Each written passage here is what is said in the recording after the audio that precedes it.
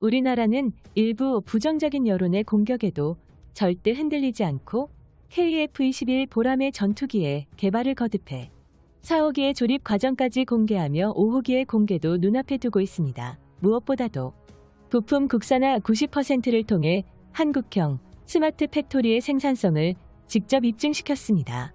그런데 현재 KF-21 전투기의 생산 라인에 놀라운 변화가 생긴 게 확인되었습니다. 그것은 바로 한국 공군의 F-15K처럼 4호기는 전폭기 형태의 복자기로서 초도 분량 70대가 마침내 확정된 것이었는데요. 새로운 형태의 보람에는 무장 하드포인트를 추가로 장착한 뒤 최대 중력 하중 계수를 1.7배까지 상승시켜 적전투기를 잡는 대공 능력에 특화된 기존 보람의 기체를 벗어나 무장 미사일 탑재 능력을 대폭 늘리는 방식으로 공대지 능력까지 완벽하게 커버하는 한국 공군의 차세대 전폭기로 탄생할 예정입니다.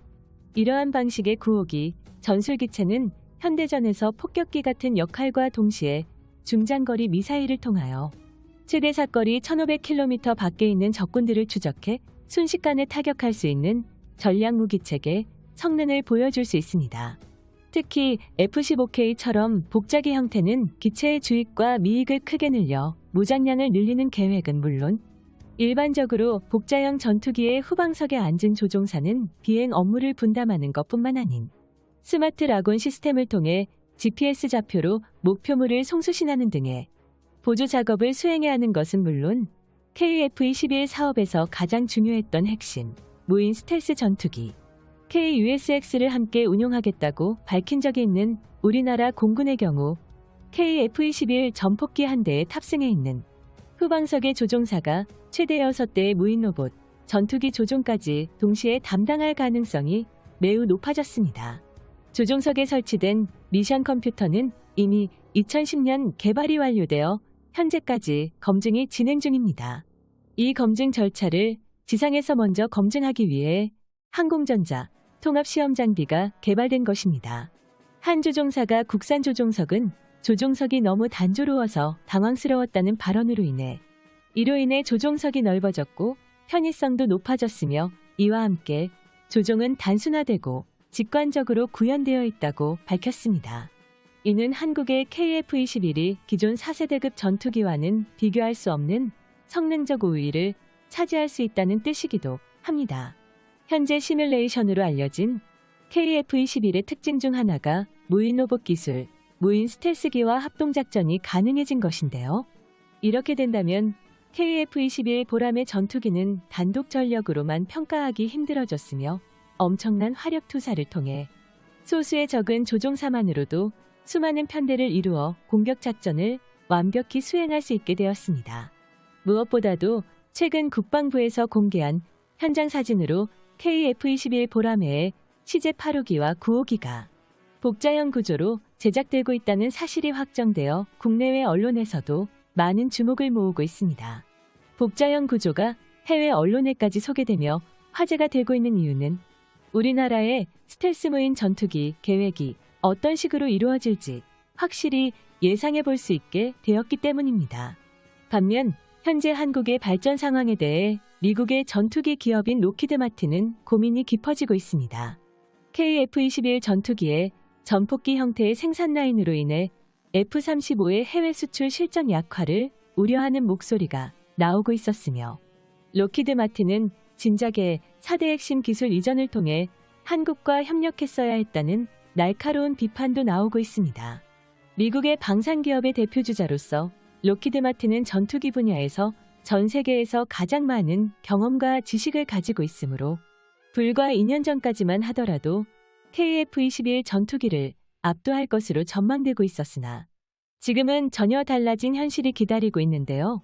F-35는 비용과 정비 등의 문제에 대한 생산 라인 조율의 난항을 겪음에 따라 미국 정부 역시 로키드 기업에 관련해 상호 운용성에 필요한 일부 분야 개발에서만 F-35 전투기를 지원하겠다고 밝혔습니다.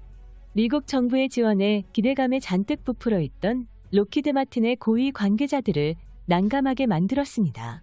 한국이 KF-21 전투기의 생산 라인까지 파스 시스템으로 전부 교체하면서 사업에 착수하고 있는 과정에 대해 록히드 마틴의 관계자들 역시 생산라인 사업장을 방문해 관련 기술이 고도로 발전되었다는 것을 인정할 수밖에 없었는데요.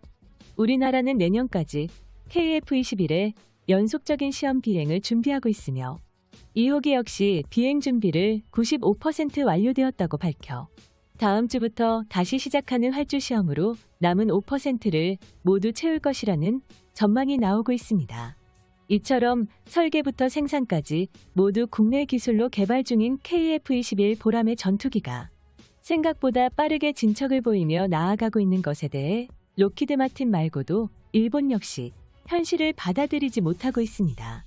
얼마 전 우리나라 국방부는 KF-21 보람의 4차 비행 현장 사진을 공개하며 10차 비행까지 연속적인 비행 시험을 앞두고 있는 국산 전투기가 1호기부터 4호기까지 준비되는 과정을 밝혔습니다. 한국 공군 차세대 주력 전투기의 개발 근황은 전 세계적으로 큰 이슈가 되었으며 외신들은 한국이 기어코 세계에서 8번째로 4.5세대 이상의 첨단 초음속 전투기를 만들어내려 하고 있다며 보도했습니다. 일본은 이처럼 한국의 방산 기술이 주목을 받고 있는 현실이 못마땅한지 KF-21이 해외 미디어를 통해 실제 성능과 다르게 평가가 크게 부풀려지고 있다고 말하며 절대 국산 전투기 개발에 성공하지 못할 것이라고 주장해왔죠.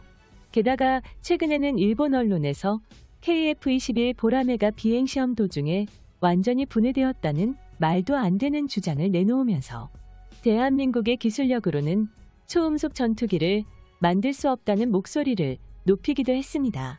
그러나 어떻게든 발목을 잡아보려는 일본 언론의 시도에도 불구하고 방위사업청과 한국항공우주산업 연구진들의 노력 끝에 KF-21 전투기는 4차 비행시험을 거의 마무리했고 순탄하게 10번의 연속 비행 준비에 들어갔는데요. 심지어 이번에 한국 국방부가 공개한 사진 중에는 그간 언론에서 놓치고 있던 부분들도 포착되어 언론에 의해 성능이 부풀려지고 있다는 일본의 의혹을 단번에 불식시켰습니다. 사실 한국형 전투기 KF-21 개발 사업은 예전부터 진행하는 내내 일본의 강한 견제를 받으며 폄하되었습니다. 그중 가장 대표적인 예시는 한국의 전투기가 출고한 지 한 달 만에 분해되었다는 것이었는데요. 그러나 우리나라의 방위사업청은 이에 대해 즉시 반박하면서 고식 일정이 앞당겨진 것은 사실이지만 해외에서도 어떤 전투기든 개발비를 아끼고 돌발 변수에 대응할 수 있는 시간을 벌기 위해 일정을 단축시키고자 전력 투자를 하고 있다고 즉시 반박했습니다. 다시 말해 일정을 앞당긴 것은 무리를 한 결과가 아니라 오히려 순조롭게 개발이 이루어지고 있다는 증거라는 것이었죠. 이처럼 우리나라 영공을 수호할 보라매가 성공적으로 마무리될 수 있기를 기원하며 시청자 여러분, 영상을 시청해주셔서 감사합니다. 여러분들의 구독과 알림 설정 잊지 않겠습니다.